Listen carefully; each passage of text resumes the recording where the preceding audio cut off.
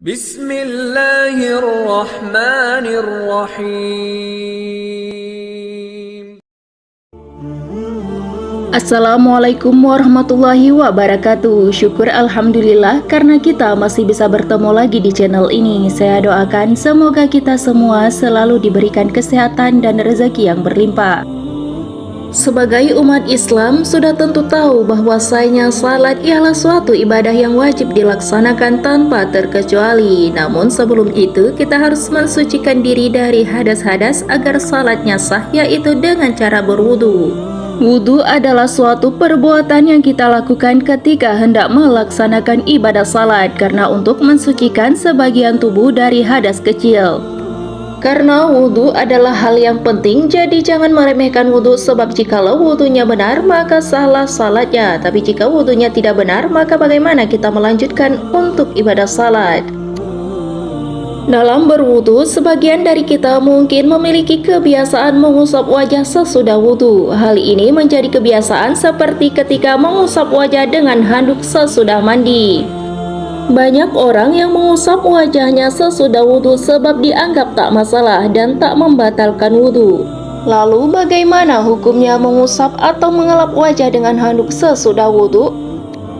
Jawabannya ialah tidak ada masalah. Hal yang dikerjakan sebelum dan sesudahnya itu tidak ada kaitan langsung dengan ibadah yang sudah ditunaikan, kecuali jika pekerjaan yang dimaksudkan bisa membatalkan ibadah yang sudah dilakukan. Maksudnya, apabila seseorang sesudah wudhu, misalnya ada sesuatu yang keluar dari bagian tubuh yang memang diketahui itu memang membatalkan wudhu. Oleh sebab itu, kita harus tahu apa saja yang bisa membatalkan wudhu atau yang dipandang makruh, atau bahkan mubah, yaitu tak ada pengaruh sama sekali termasuk masalah wudhu. Misalnya sesudah wudhu dan ketika hendak melaksanakan ibadah salat, lalu memakan makanan tertentu yang mengandung bau-bau yang tak disukai, seperti jengkol atau petai yang makruh jika dibawa dalam melaksanakan ibadah salat, terutama saat kita salat berjamaah, karena bisa mengganggu jamaah yang berada di samping kita.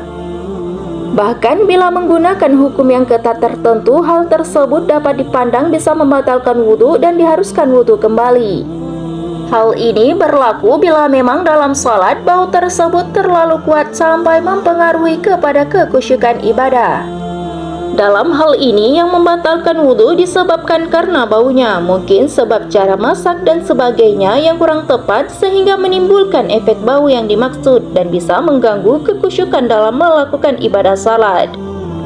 Setelah itu, hal-hal yang diperkenankan dan tak ada masalah sesudah wudhu seperti mengusap atau mengelap air yang ada di bagian tubuh itu sah-sah saja, tidak akan membatalkan wudhu.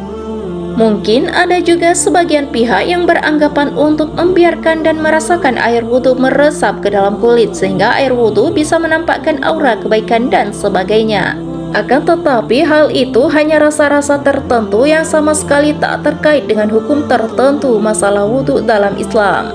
Ada juga dalam beberapa kondisi atau situasi yang kondisional seperti akan rapat atau mengisi seminar sementara tubuh masih basah dengan air wudhu. Oleh sebab itu tak ada salahnya untuk mengeringkan atau mengelap bagian tubuh yang basah karena air wudhu menggunakan kain atau handuk.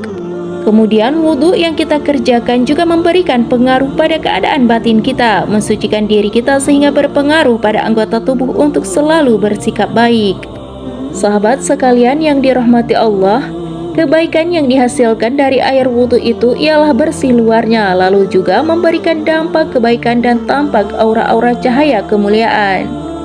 Untuk itu, mengelap air wudhu tidak dilarang dan tak membatalkan wudhu, sehingga tidak perlu khawatir bagi yang ada kebiasaan seperti itu. Dan untuk yang tidak mengelapnya juga tidak menjadi masalah karena tidak ada tuntutan atas hal ini.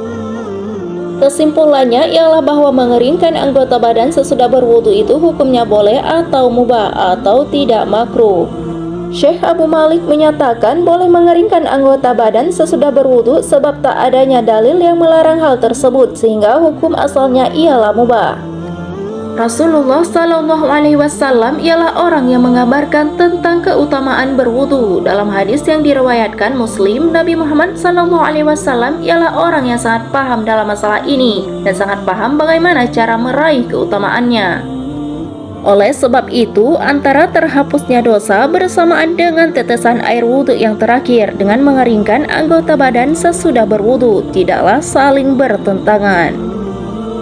Jadi, hukum tentang mengelap atau mengeringkan air wudhu tidak menjadi masalah karena dalam hal ini itu tidak membatalkan wudhu. Salat kita sah walaupun air wudhunya dilap atau tidak, salat kita tetap sah.